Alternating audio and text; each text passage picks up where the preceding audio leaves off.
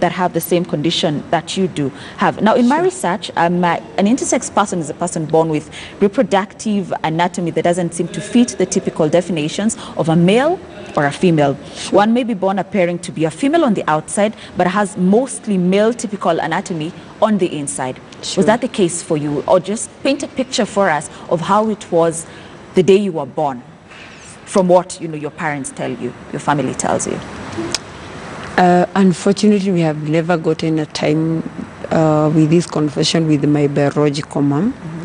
But my aunt, my aunt is the one who has been telling me a bit of what happened before I could realize who I was.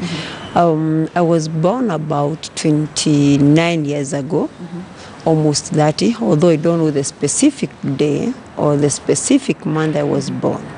Well, I hate the day, so I never want to involve or even to know the specific day I was born. When I was born, my mom and her midwife was unable to tell whether I was a boy or a girl by the physical look that we do check to define whether a child is a boy or a girl. But with the benefit of doubt, my mom decided to take me as a girl. And that's how my journey started. I named him after her beloved mother. And that's how my journey of being a girl started. That's how your journey of being a girl started. Yes. Now, you've mentioned that you did not get to have this conversation with your biological mom. You spoke with your aunt. But there's something your dad did when you were born. What was it? Okay, mostly I don't like talking about it, but I'll share and say this. Not only in my case, of 87% of intersex persons are raised by single parents because their fathers ran away because they believe an intersex child is a curse or a bad omen. So they feel they are not comfortable raising those curses into their families. So they accuse the mother, saying they are the cause of giving those curses or abnormal child. And this also happened to my case. And that's how I was raised by a single mother. I'm first of three. I have a brother and a sister, and I'm the firstborn. So that's also the journey that my mom started to be a single mother just for my sake.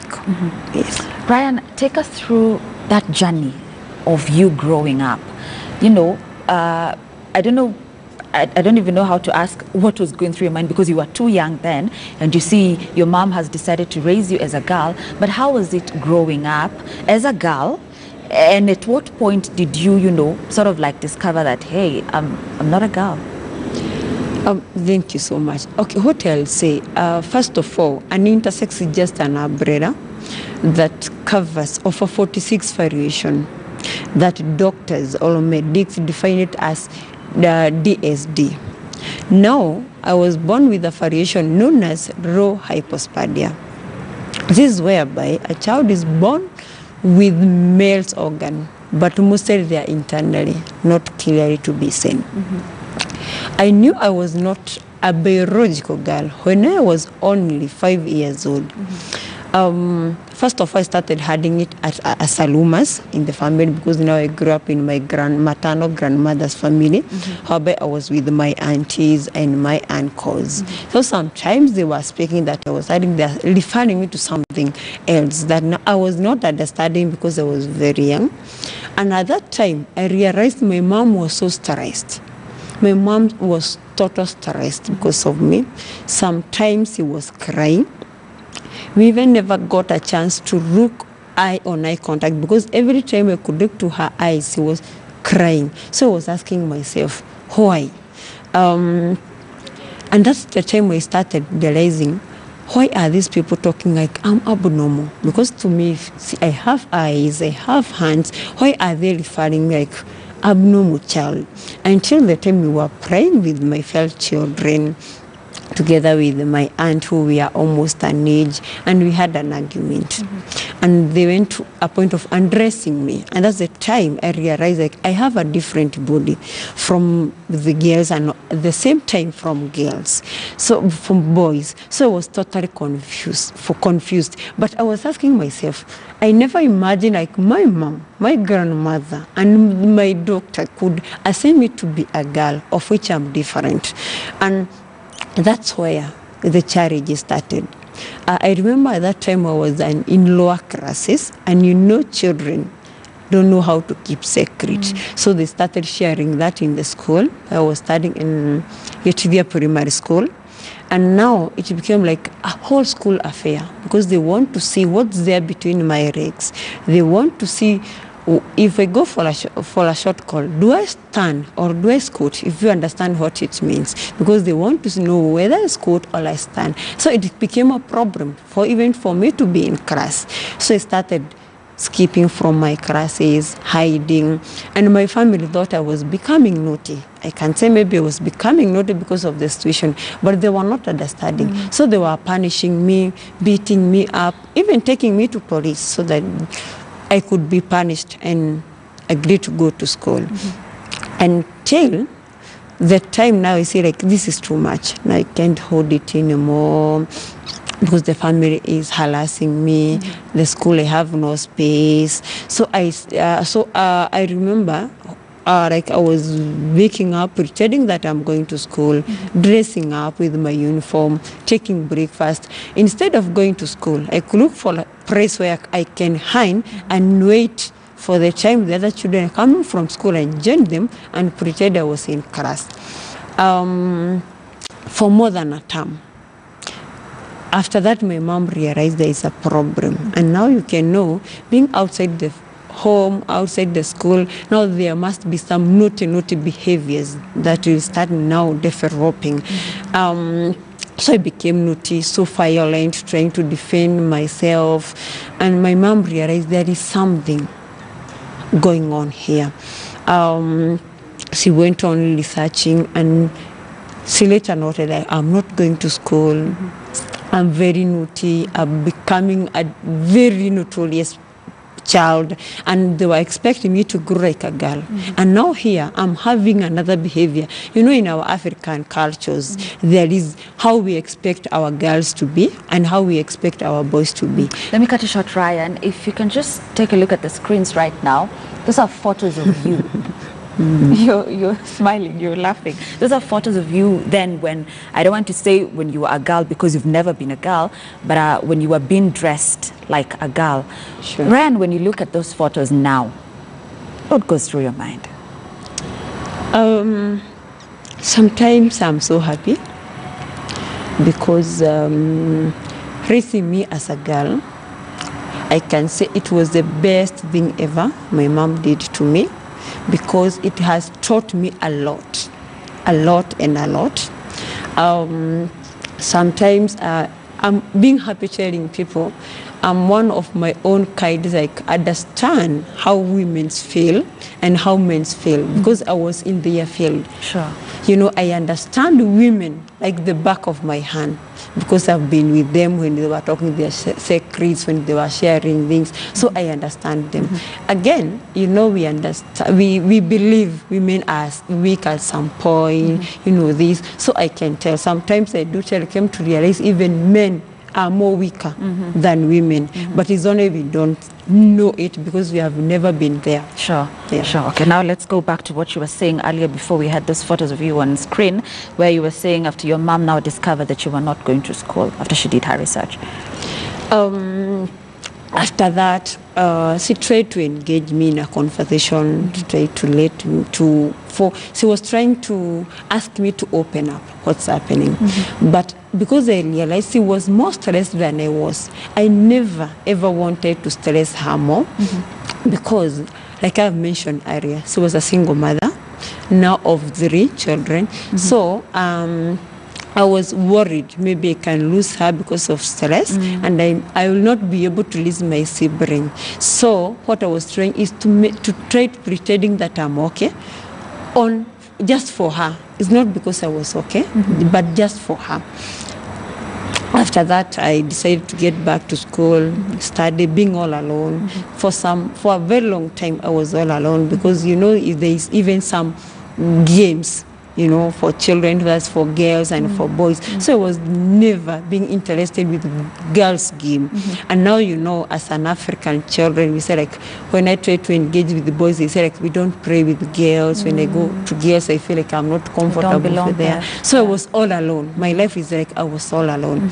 But now here, I remember in class 6, now when the secondary characteristic of a human being is now approaching, that's now where the challenges, I can see the bigger challenges started now because I was expecting maybe at some point I'll grow like a normal girl. Sure. But now here, I was growing vice versa. I was becoming masculine day after the day. Now I can't hide it anymore because people can tell, or by physical look you can tell like this is not the girl we expected to see. Ryan, hold it there. We're coming back to that.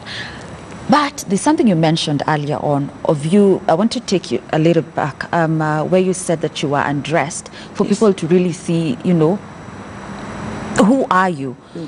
Apart from perhaps it affecting you in school to the extent where you mentioned that you could skip classes, what else did it do to you as a child? Because no child should go through that. What did it do to you, Ryan?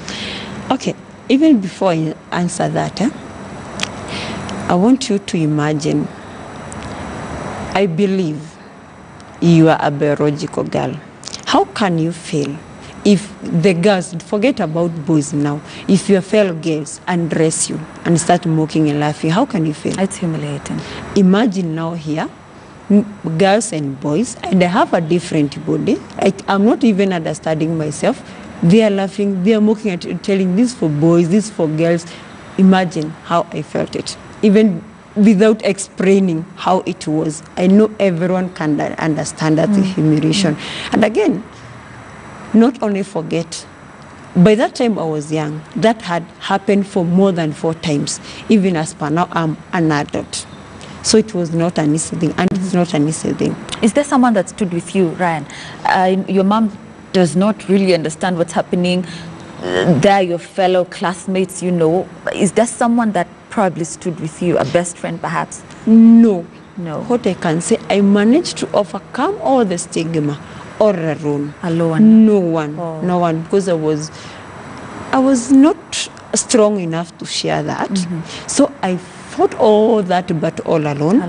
Until the time where I decided it's enough now. I have to do something. Sure. Yeah. Okay. So now before we get to you doing something, now you're in class 6. Yes. And this is where the physical changes take place.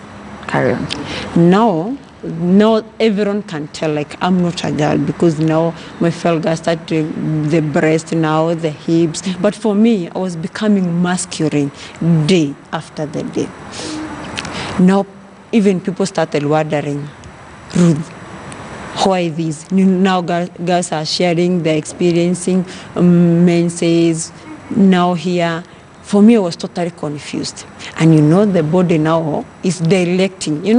We do say this, hormones are not assigned. They assign themselves. Now the hormones now are assigning themselves now, assigning as a boy. And now here I'm a girl. So I was totally confused. So low self-esteem. I was even totally confused. That's the time I started having thought of suicide. I started like I cannot hold it anymore because I'm feeling people are laughing at me. Girls are asking, are you really a girl? We have been hiding like you are not, but are you really a girl? But I was defending myself like saying, yes, I'm Ruth and I'm a girl. We want to see, we want to prove. And I could defend like, no. But they could say like, we are fellow girls, why can't you just show me? Because we believe like a girl or a boy is what's between the legs. Without understanding, it's a whole system more than that what we say. But for them, or even for me at that time, I thought like what's between the legs is what define who is the person. But so I was so violent trying to defend myself. So again, I started skipping from my classes, becoming naughty. And a human being is not an independent creature, but a dependent. So that's the time I started looking for other means for survival. I started engaging myself in drugs when I was very young. And also, I started having affair with girls when I was in class 6 and class 7 because I needed to understand what's happening. And I thought that was the only way to understand and to learn why am I different. Because when I engage sexually with girls, I'll be able to understand and know how girls look like, why am I different, because I never had courage to share this with anyone. So I was trying to understand myself all alone. In class 7, I went to hospital, I remember, even without telling my mom or anybody. I met a doctor there who I can say the doctor was more confused more than I was. And I'm very sorry to say that, but I have to say it. Because the doctor thought like it's my estrogen that are not responding to my body. And she suggests to give me a hormone pill that now will help my estrogen to respond to my body so that now I can grow as a girl. By that time, my first had been broken already, and people have been telling me like, Ruth, you have beards, we can see it now. So it was totally uncomfortable. But at some point, those pills helped me a lot because my voice was softened again, my beard disappeared. So at some point, I felt like now I'm going to the right direction. But it had a lot of side effects. Again, I dropped the pills and I started staying and decided like I have to stand on my feet and be whom I am. I dropped from school again because now the family was also harassing me. I ran away from home, staying away from home. But what I can say, my mom loves me a lot. Even sometimes my siblings do complain, even as per now. My mom loves me. You can think I'm the last born and I'm the first born. So I'm so happy for her. Where she is, I know she's watching me right now. If not for her, I could have died so many years ago, because sometime I was trying to commit suicide. I could just remember how my mom raps me. Even if we have never talked about this, I could try to imagine how my mom raps me. And I was saying, like, if I die, I'll be happy, but I'll hurt my mom so much.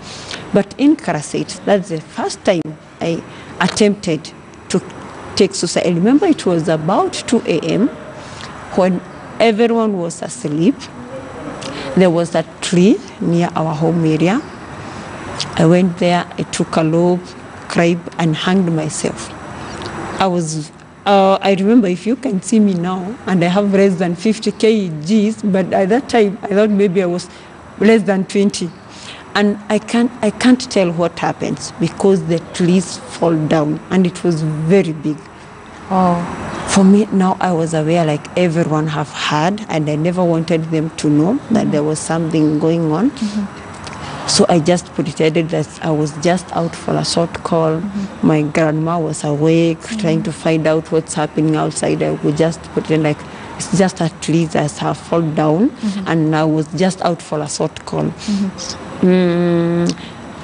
But it never ended there, because now I was experiencing this low self-esteem. I used to hate myself a lot. I used to hate myself. I was one of my kind who never ever smiled. I remember even my mom was trying to tell me at some point, like, Ruth, sometimes try to fake a smile. Even if you are not happy, just try to fake a smile so that I can see you are happy. So you can imagine how I was staying even without smile in my family. Maybe they are cracking a joke, they are laughing, they're enjoying, but I was like, I even can't tell. Even my mom was like, she knew what's happening, but again, she's not confident enough to tell me what's happening. What she was trying is to surround me with love, so if I can feel loved. And I thank God for that. After that, I tried to commit suicide more than 5 times. It was all unsuccessful. until the time I decided now I have to stand. And I remember the last time I tried to commit suicide, I was saved by my aunt Mary, who is my favorite aunt in Limuru. She has been there for me. Actually, I do take her like my second mom. I love her. The Auntie Mary in Limuru, I know she is also watching. And I'm expecting they are visiting me today with my mom. I take this opportunity to welcome them in my house. She saved me. I was staying, at that time I was staying in Limuru town, where she just passed by in my house, and she found me lying unconscious, and that I was dead. She took me to the hospital. In that hospital, there was this thought that came to me, like being a boy or being a girl is just a matter of how you were born. Being a man or being a woman is a matter of age. But being a gentleman is a matter of decision. It's a decision, it's a choice. Yes. And I decide now, I don't want only to be a man. I want to be a gentleman. That now I have to stand and be a gentleman. I don't care whether I'm a woman or a man, but I want to be a gentle person. I have to stand with my feet. And that's the time I decided now, enough is enough. Enough is enough. I have to stand as me. Ryan, before we now even get to the bit of you becoming a gentleman, and of course before we take a short break, there's a point you mentioned where you left home, and in my research I figured out you were out in the streets. Yes. And while in the streets, Ryan, you were a boy, and you would go back home and become a girl. My goodness, Ryan.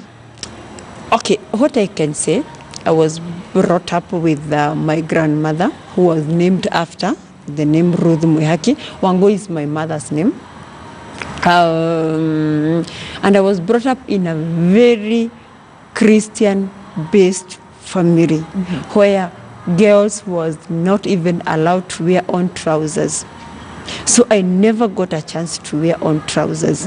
So what I was doing, I was wearing trousers outside the family. But when I'm getting there, I have to wear on skirts and dress just to make my grandmother and my mom and the rest of the family happy.